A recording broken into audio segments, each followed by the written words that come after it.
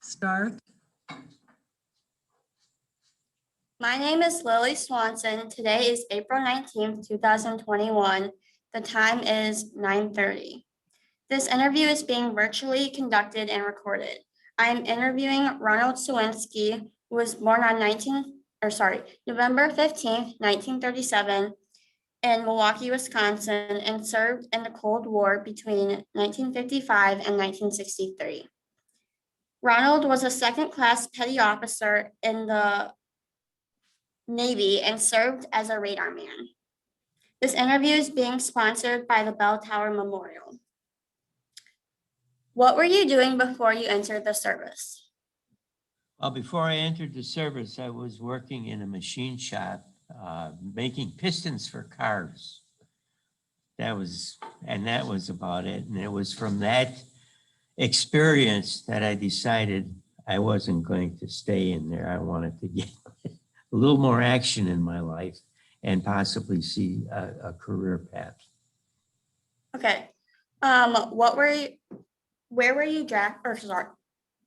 I'm sorry. Were you drafted or were you enlisted? Oh, I enlisted. And the reason I enlisted was to avoid the draft, because the draft in those days was probably the Army, which they did a lot of that. And I wanted to have my choice where I wanted to go. Okay. What was it like at basic training and how did you adapt early on? Basic training was an experience. I think part of it was the fact that we were called every kind of a name other than by our first or last name. It was just part of the get used to it type training. So, as far as the exercises, it was all geared, of course, towards behaving yourself, take responsibility for what we assign you to do, get it done in a good fashion, and no horsing around. As that was a serious issue when you're first going in, you gotta learn what's expected of you. And when you get that, you do it again, what is expected of you. What was the living arrangements like there? Well, we lived in barracks. I don't exactly remember how many of us were to a barracks, but it was large. And they were all double bunk beds. And in recruit training, every one of the beds was filled. And your wake-up call was a Coke bottle being run around inside a garbage can and had ridges in it. You woke up pretty quick. Oh, interesting. Where were you sent after basic training?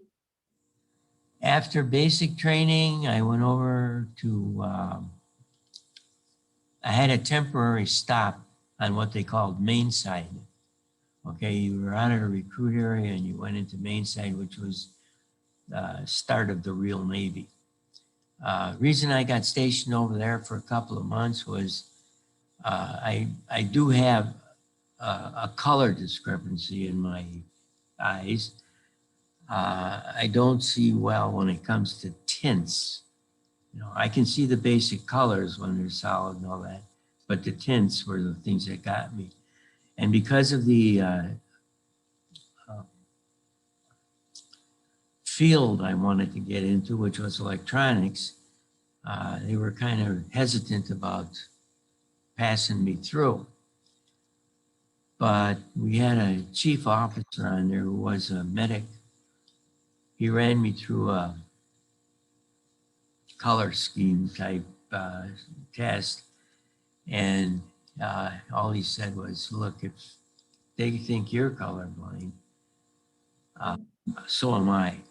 So he says, but you can read, you can recognize the basic colors, and that will not hamper your job performance. So he passed me through, and From there, I went to San Francisco. That was my home base for a little while I was waiting for radarman school to start on Treasure Island.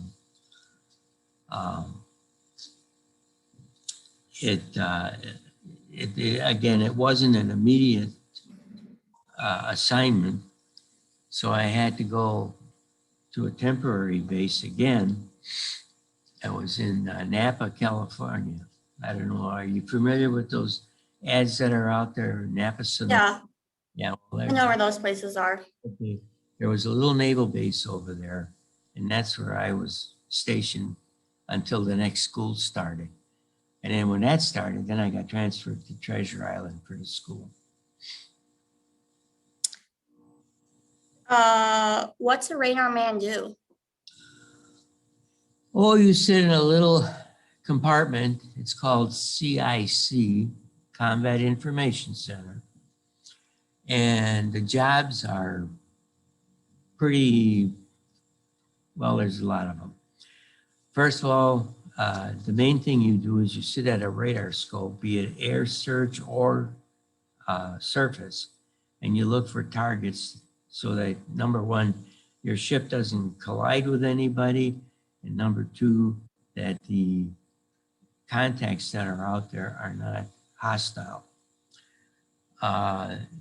Beside that, we would listen in on our aircraft when we were flying, and they had communications going, of which we were privy to.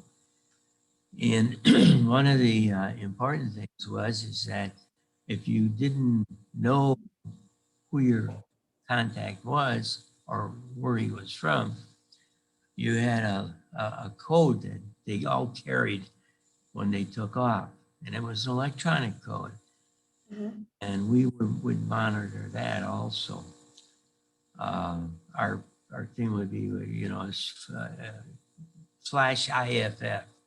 It's that's what it was called, and that would appear on the radar screen. And if that was what the code was, then they were free to go and wherever they wanted to. The other thing that we did is we did navigation. We helped the bridge do navigation. So we would give them a solution to where we wanted to go, and they would double check our work and everything was cool, and we went there. Then we had cleanup, which was repainting some areas, keeping them clean, and upgrading charts so that, you know, if there was a danger out there someplace that could affect your ship, over the course of time, you got that information, you logged it on your chart, and everybody knew where the danger zone was and where the safety zone was. We also assisted gunner's mates, those are the guys that shoot the big ones, and helped them lock on to a target. And then we were out of it, and it was their responsibility to take it from there. We kept in contact with the bridge a lot because they depended on us to feed them information. And that's where that CIC came from, Combat Information Center. Since you are a radar man, were you looking for specific like Soviet ships and submarines? Well, you were looking for any kind of a contact because, you know, I think it's about 10 miles out from land. You're in what they call international waters, and that's free space for anybody that wants to sail that close. If somebody tries to come within that 10 mile and they don't identify themselves, then they would be considered hostile until proven different. So what we did is we watched out for anything, and we saw some contacts, submersible type contacts that were very suspicious. We tried to follow them and identify them, but unfortunately, we were not fast enough in our ship's speed, and they would just blow right past us and out of our range.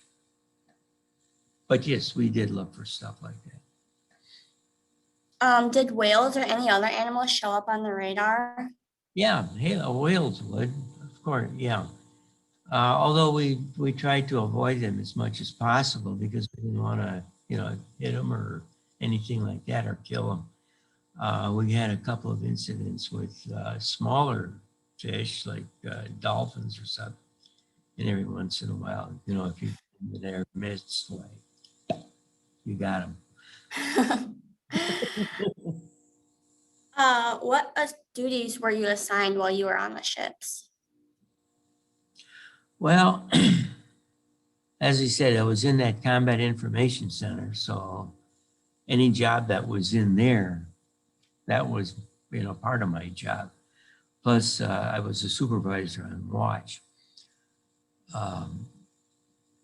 When we were off watch, we kind of had a little free time. We could, do what we wanted to do.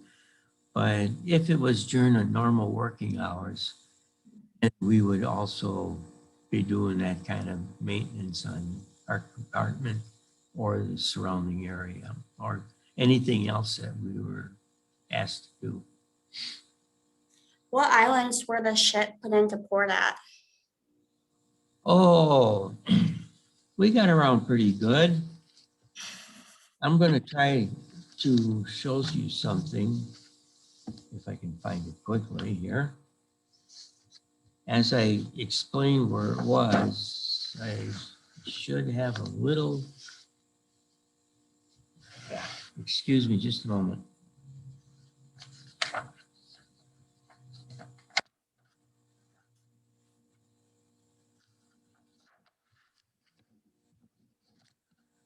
Can you see this okay, Lily? Yes, I can see it. We started in Long Beach, California, which was right here, and we went to the Hawaiian Islands, and we spent a couple days there. From there, we headed south, and we went to the British Admiralty Islands, which was a place called Pago Pago, although spelled Pago, Pago, but it was pronounced Pango. We spent a couple of days there. We refueled the ship. We took some stores on, nothing really elaborate or exotic, just some common stuff. And then from there, we went down to Tasmania. That's way down here on the southern tip of Australia. I see it. Pardon? I see it. Oh, okay. I'm going to set this down a little bit because it gets awkward. But in Tasmania, we spent 2 weeks there. We were invited by the Australians to participate in their in Tasmania's anniversary of, I think, 200 years being a civilized country, I guess you'd call it. And in that respect, our ship was designated as the flagship for the regatta. So they started, went out on a sailing and came back to our ship, and that was, how that went. The thing about Tasmania was it was so friendly, it was unbelievable. After we got out of Tasmania, after the 2-week stint, we went over to Australia. Excuse me. We made 2 stops in Australia. One was in, yeah, I gotta look now. It's been a long time.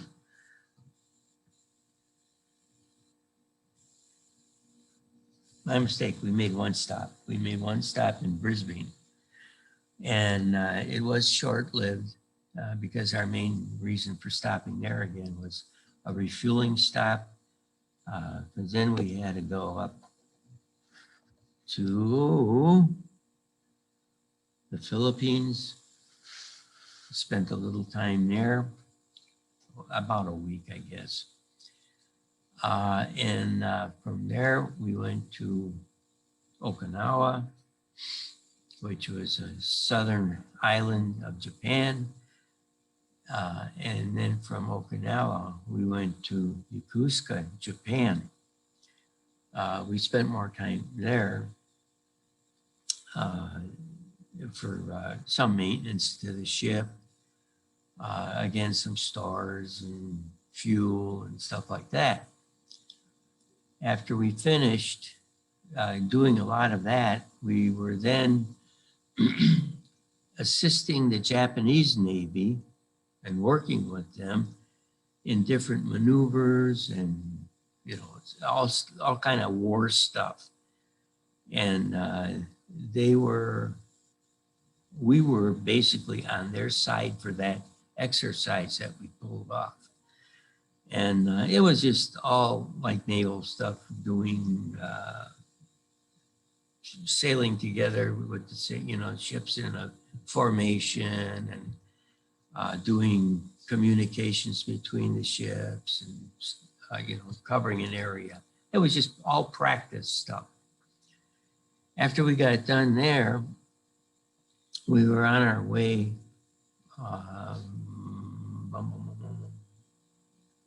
We went to Guam. It's in the Mariana Islands. On the way there, we ran into a horrendous storm. I mean, that thing was so bad that as we were sailing, trying to get to Guam, we hit this storm, as I say, and I don't know if back in those days they used the term tsunami. Did they? In the 50s? Okay. I had never heard that. So it was just a big storm. And what happened was, as we were going along, this thing was so wide that we couldn't outrun it. For starters, we couldn't outrun it. And secondly, we couldn't avoid it. So our captain decided that what we'll do is we'll just sail right into it, hit it head on. It was a good move. We survived. But anyway, this storm was so bad that as we were going through the troughs, the troughs in the sea, our back end of the ship came out of the water. And it was just a horrendous feeling because the whole ship was shaking like a nervous whatever. Then it would drop down into a trough. Then the bow would go all the way up. And it came out of the water. So they were slapping along, up, down, up, down. And it was very, very scary because when we were going forward and hitting into those waves, the water was so high that it was capable of going down our stacks, where the smoke comes out, you know. And if it had gotten down there, it would more than likely have killed the engines and we would have been dead in the water. And Oh my goodness. if we would have been dead in the water, we would have capsized. There would have been no questions. And probably all of us would have been dead by now. But we got lucky enough where the water did not go down the stack, but it was beating into it. When we got into port, after we rifled our way through that storm, we had to go into Guam, which was probably the closest at the time. We had suffered quite a bit of damage to the ship. There was I think one of our masts got cracked in half and was kind of like dangling. Other deck problems. A gun got tossed out of shape. And it was just, it was quite an experience. It was a scary experience. And when this thing was all over and we hit Guam, we had to put the ship in dry dock. You know what dry dock is? Okay, dry dock is a big slot and it's like a parking space, okay, for ships. They get them in there and they get like on a stand, if you will, and they pump all the water out of the dry dock. And then the guys can go in there and work on the underside of the ship and, you know, and then when everything is fixed up, they pump water back into the dry dock and open it up and the ship floats out again. So it's a repair station is what it is. It's like sending your car in for an oil change. Yeah. Something similar to that. Then we continued on our way. We were kind of operating out of Yokosuka for some period of time. That became our home port, is what I should say. And we did, you know, different things, and we went on exercises and with our carriers that were there. We had one incident, and I'm backtracking a little bit now. When we were on our way to Japan, we were relieving another group of people, of carrier and four destroyers, taking their place. And they got about, maybe a day out at the best, when all of a sudden they got called back and they had to come back on duty. And they took a post at southern Japan and we took northern Japan. And the issue was that there was a lot of craziness being started by the Russians. They were talking about closing off certain waters and you know, getting violent with us and with our country. So we were getting ready to do business with them if they decided to do that silliness. So things lasted about a week. It was everybody screaming and yelling. These are politicians now, screaming and yelling at each other, you know. But finally it all got settled out.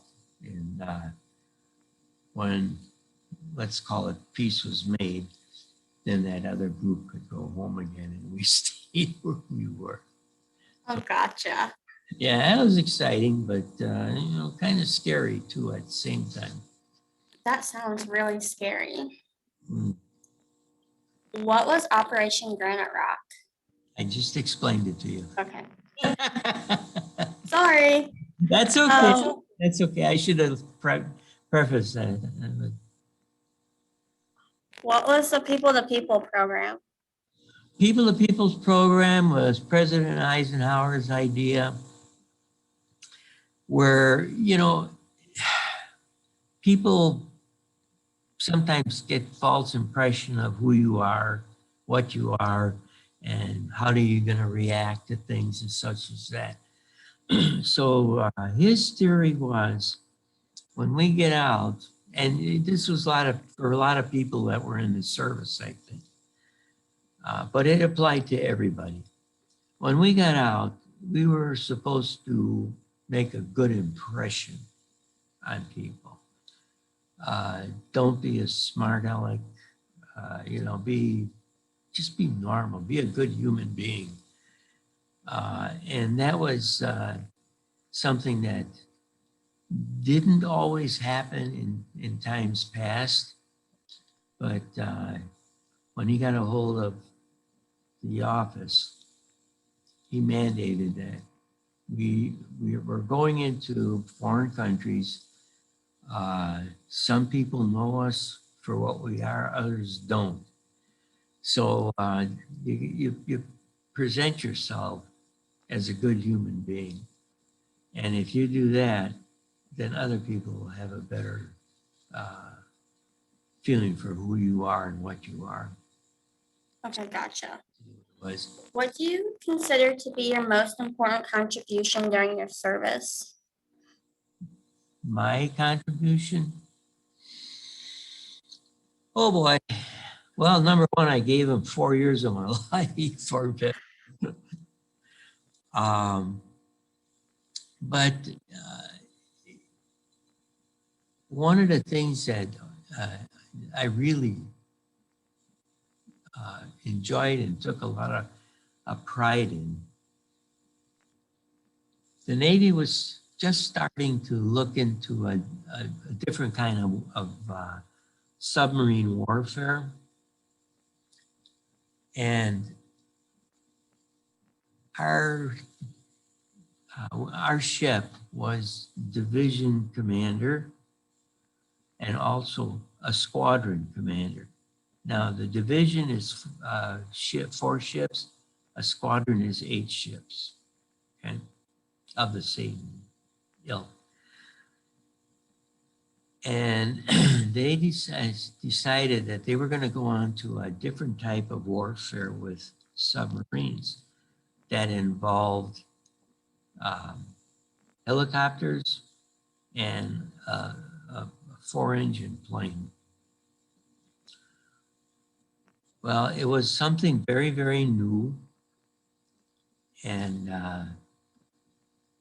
we were out sailing around, and then we get the order that we're going to do this. Well, my job on that one, and this is where the pride comes in and back slapping, I was to coordinate and control all the helicopters, which is only 4 of them, and this big 4-engine jobber. We didn't have any provisions made to work from an inside splat. So what I had to do is I got up on the top of on the roof of the bridge, which is outside, and did all my controlling from the bridge. And here I am, I'm laying there on the bridge, looking down at the window as the other people were putting bearings and distances and stuff like that. And then when I got to see that, and that's what I did all my controlling or directing off of. That was probably my most pride moment. That sounds so cool and interesting. What was it like to transition into civilian life after leaving the military? Oh boy. It was very strange and it was scary because all of a sudden one day you're so used to having your bed, your food, your job, your this, your that. And then then there's this one day when they hand you a piece of paper and say, you're out. And you walk through that gate and you're kind of stumped, for a while. But other than that, I stayed in California for a couple of weeks before I went home. And then when I came home, I thought, oh, well, just pick up where we left off. Doesn't happen that way. You got friends that got married. You got some friends that moved on to college. Some friends that just never grew up. They were juveniles, no matter, they were in their 20s, but You wouldn't believe it by the way they acted and what they did. So in many cases, I did not connect with any of them anymore. So I just kind of moseyed around and helped my dad. He had a tavern. I attended bar a few times and that. And then all of a sudden I got interested in aircraft. And I went to an airline training school. And these guys that you see and these people that you see selling tickets and working gates and all that, that's what the school was all about. So I got my training there. I got picked by Braniff Airways, got assigned to O'Hare Field in Chicago, and started my airline career. So I lasted about 4 years on that, almost 5. And from there, I wanted to come back to Milwaukee. So I came back to Milwaukee. I got a job in a factory, or I'm sorry, in a distributorship, and was their service manager. And that entailed helping dealers out in the world repair or keep stuff in repair. And also when there was a conflict between a dealer and a customer, I had to put my nose in the middle of it and try to settle it. What are some life lessons you've learned from the military service? Discipline, responsibility. There is a serious part to life, although I was kind of a clown, but